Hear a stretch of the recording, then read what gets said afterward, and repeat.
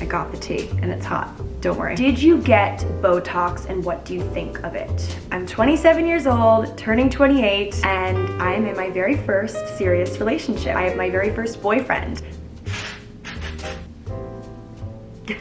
Greetings internet, welcome back to another video on my channel.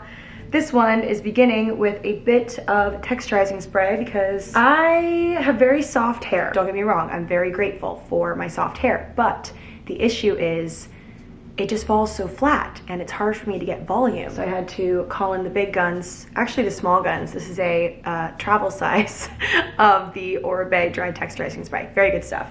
No, this video is not sponsored by Oribe, much to my dismay. It is just a plain Jane, regular old video, except for, I guess I am talking about something that has been on a lot of your minds. I know that for a fact because I asked you guys to submit questions over on Instagram, and I received an overwhelming majority of questions about one particular subject, which I intend on speaking about today because you guys know me. I wear my heart on my sleeve, I really do.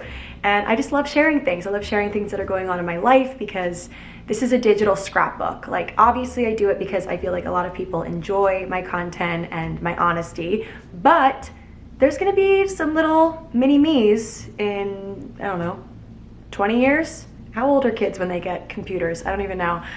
Watching mom's videos. Like, that just sent a shiver down my spine. Like, many years from now, a mini me is tuning in to this video probably. Hi kids. Hey, do your homework. I have covered every subject, so why not talk about my first boyfriend, which we will get to in this Q&A because I know people want to know about it, so we're gonna talk about it, okay? I'm here for you. I know what the people want, okay? I know, I pay attention to these things, and yes, I am drinking some tea for the occasion for this video because I'm heading out tonight. Actually, I'm going to get drinks with my friends in a couple of hours, so I'm preparing the calm before the storm, a nice mug of tea. Ah, just healing to the soul. Let's get down to business and answer these questions. It's an assorted bunch, kind of like a box of saltwater taffies, a bunch of different subjects we're gonna cover. So not just dating, I promise, I swear, I pinky swear. Okay, there's other questions in here too. I'm 27 years old, turning 28 in 2 months or less than. Yeah, like just about 2 months, that's crazy. And I'm in my very first serious relationship. I have my very first boyfriend. You know, I say serious relationship because I've been in a gazillion situationships and, you know, month-long, 2-month-long, 3-month-long flings that have gone nowhere, mixed signals galore, you know, just being used by someone, seeing someone and realizing myself on my end that I don't like them, just things not fitting, things not working. Many of those. And I'm not saying that to make myself sound cooler, I'm just saying that to say that it's been a treacherous road, but here I am, happy, comfortable, dating someone that I care about, and feeling finally like I can take a deep breath in the dating realm. Don't get me wrong, I am a very successful person in many ways, and I feel that, I know that, I'm proud of myself, but I have to say, it does feel like a big weight has been lifted finally after all of these years, and that's just the truth of how I'm feeling right now. I'm happy, and I don't care who knows it. I am choosing to be a bit private with this, like I'm sharing details about my boyfriend, but I'm not sharing his name yet, I'm not sharing photos of him yet, like of his face I mean, like I'll show like a hand or things here and there, and it's not because I'm trying to hide him necessarily. I'm just kind of treading lightly because I've never done this before. I just want to enjoy this, you know? In the long run, I definitely want to show him, and you know, he's a part of my life and hopefully will be for a long time. Like, so I hope that one day I'll feel comfortable like showing him at full capacity. I'm actually kind of answering a question right now. I didn't even like say that I'm answering a question, but that's like what I'm doing. Someone asked if I'm ever gonna show him, and the answer is yes, I definitely want to, and we've talked about it. He is comfortable with it. It's not even him, it's me. Like, I am the one, I'm the problem, it's me. I am the one who is just being careful. Like, it's not that I'm afraid of what you guys will think or anything like that, or that he even really cares. I'm just going slow with this and going at my own pace and what I feel comfortable with, and we're just being chill with it. Is being in a relationship different or the same as how you imagined it being when you were growing up? So you guys know I've posted a gazillion and one videos about my dream man, like who I want him to be or like what I want him to be like, the traits, all of that.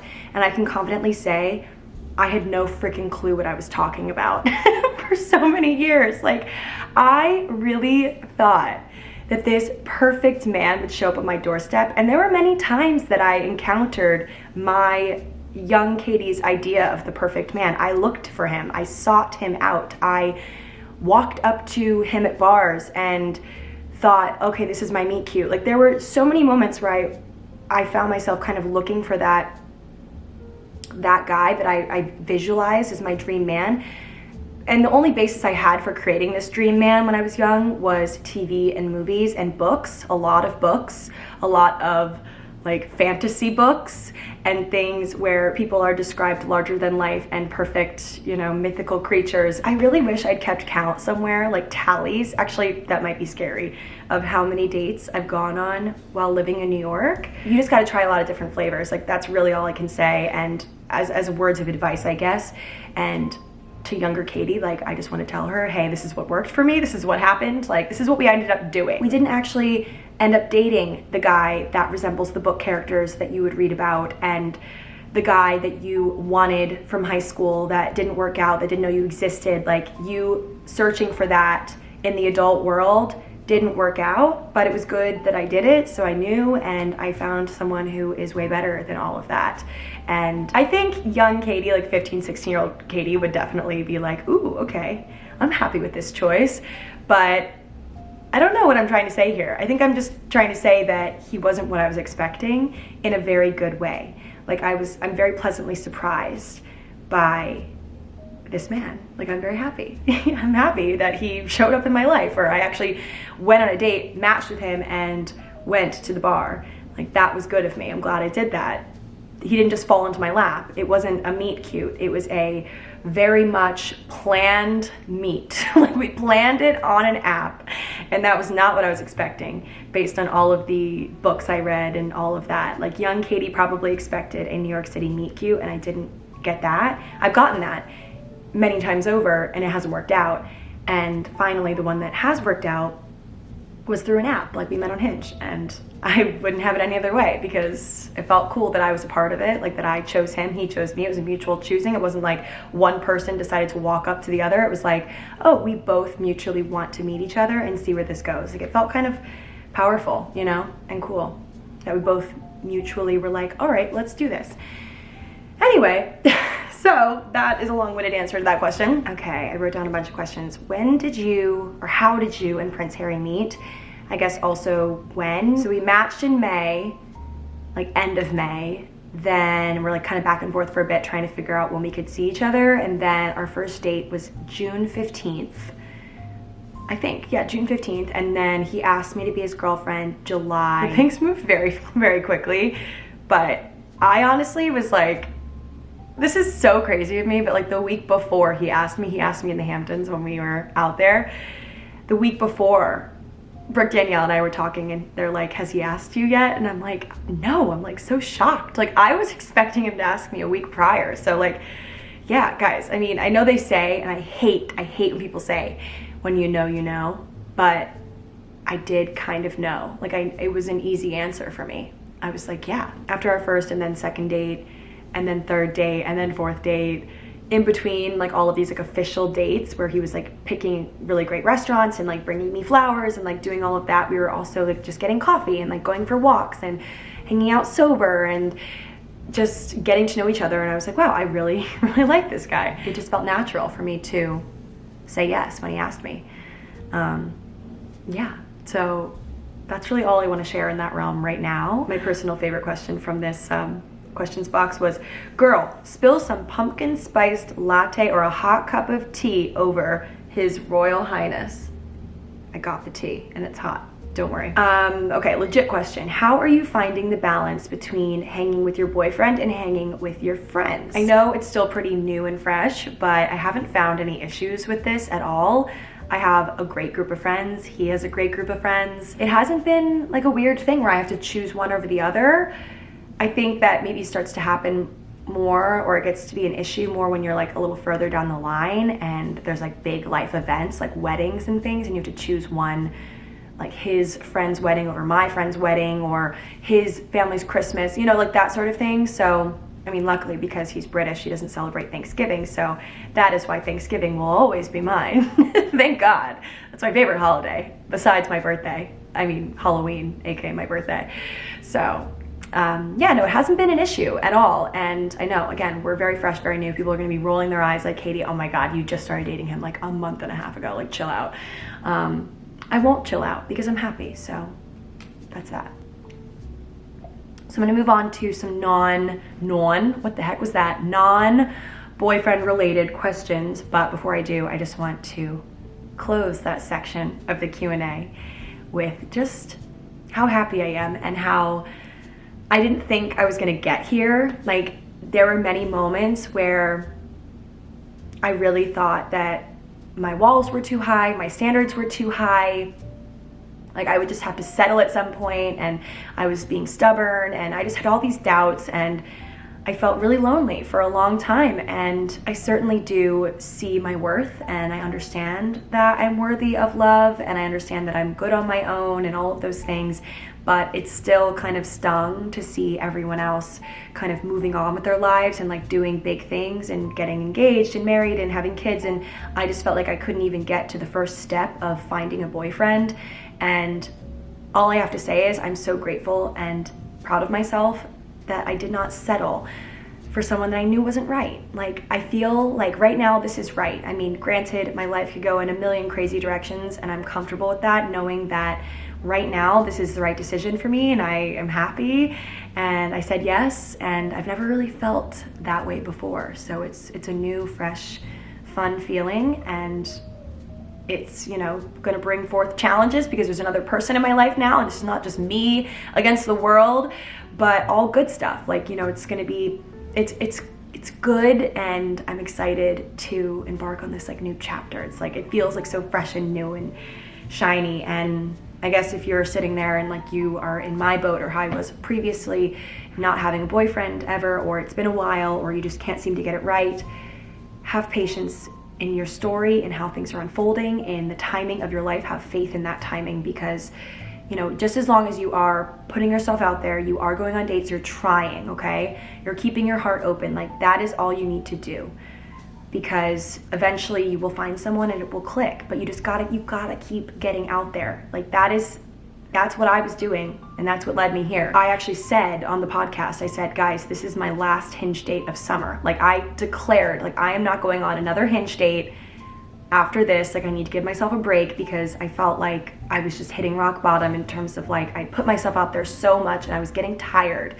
And that is okay. It's okay to take breaks, and I encourage you to take breaks. I did it all the time, but I was fully prepared to take a long break after this, because I was just exhausted. I was burnt out, and it wasn't even like I was going on many dates. It just felt like I was giving my all to people that weren't reciprocating, and it just didn't feel, it felt just like I was zapped for energy, zapped and tapped for energy. So this was the last Hinge date I went on in summer. Like I said to my friends, guys, this is my last Hinge date of summer, and it did end up being my last first Hinge date of summer for sure, because we're dating now officially. So it's funny, I talked about this in my podcast, but I saw a psychic actually last year in May, like late May 2022. I saw a psychic, and she said, in a year I will meet the love of my life. And lo and behold, I matched with Prince Harry in May 2023, and you know, we went on our first date in June, but like we met technically in May. And I actually forgot that I even saw this psychic until one of you guys pointed it out to me. So some super sleuth out there like remembered this, and I went back, and lo and behold, yes, I did go to this psychic in May. So it's funny how like things, you know, things work out if you just keep putting yourself out there. And anyway, just hang in there. That's really all I'm trying to say with that. Okay, let's move on to the next question.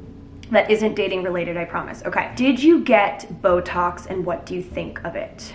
So there were a few questions about Botox, because I did talk about it over on Instagram. I posted that I got forehead Botox. I did get Botox. I went to Peachy in, where is that? Greenwich Village they have a bunch of locations, but they specialize in preventative Botox. They only do certain areas of Botox, and it's kind of focusing on preventative. So it's for people that, like me, I'm like the perfect candidate. Like I don't really have wrinkles right now. Like I have lines, but they don't like fully settle. But I don't want, ideally, lines that fully settle when I'm older, or I don't want them to be as pronounced. I'm doing a terrible job explaining this. I'm gonna like put on the screen what preventative actually means, because I think I did a terrible job. I got it in my forehead.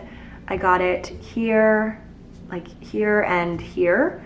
Not too many units. I think it was like 1, 2 in some places and 1 in others. But yeah, they did a really great job at Peachy. They're all registered nurses and are super, super professional. When I went in, they took pictures of my face and had me do all the different expressions and showed me where they suggest I get Botox. And then from there, I chose what I actually wanted to get. They did tell me that I would be a good candidate for getting Botox here, like my smile, like the eye wrinkles, the smile wrinkles. I have these like creases around my eyes when I smile, and I was like, wait a second, I like those, keep those. So I didn't get any Botox here. I really do like the forehead Botox. I feel like it lifted my eyebrows in a really great way. Like my eyebrows definitely see some lift, or have seen some lift, and it just makes me look more awake, I feel like. I don't know if that's a weird thing to say, but not that I was a terrible gremlin before, but I do like the result. So that is my answer to that question. I did get Botox in my forehead, and I will do it again. But yeah, that's really all I intend on getting done in the near future. But any plans for a pet anytime soon? People always say on my Instagram, they're like, you have the perfect apartment for a dog and you work from home, like a little dog or a cat. Like a cat would love your window and love your stairs. And like I always get comments and messages about that. And I love animals, okay? I do love animals.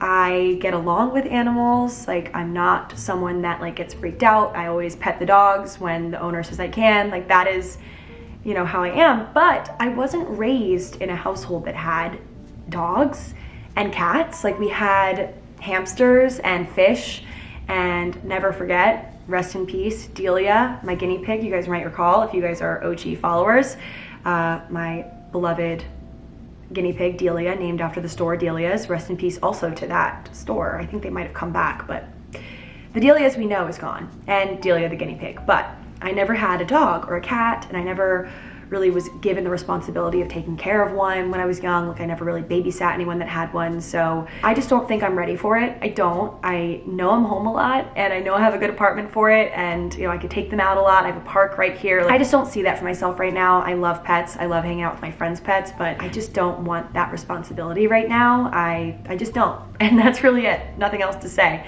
Not that I'm an animal hater, but I definitely would want one down the road when I have kids. I definitely want my kids to grow up in a household that has pets, at least a dog, because I feel like that is something I always wanted growing up, but I never had. And you know, obviously it turned out fine, and I don't, you know, fault my parents for that at all. I just wish that I had that. Like I wish I had a dog in my family growing up. So yeah, hopefully in the future, well, definitely, I can see that for myself. Ideally, if I get a dog in the future, nothing against cats. I just feel like I'm more of a dog person right now. I lived with a cat in LA, you guys know, and I loved Piper, but Piper is like the only girl for me, honestly, and she's my friend Julia's cat. So I think I'm more of a dog person. I think I want like a medium-sized dog or a bigger dog, and that's definitely for when I have a yard.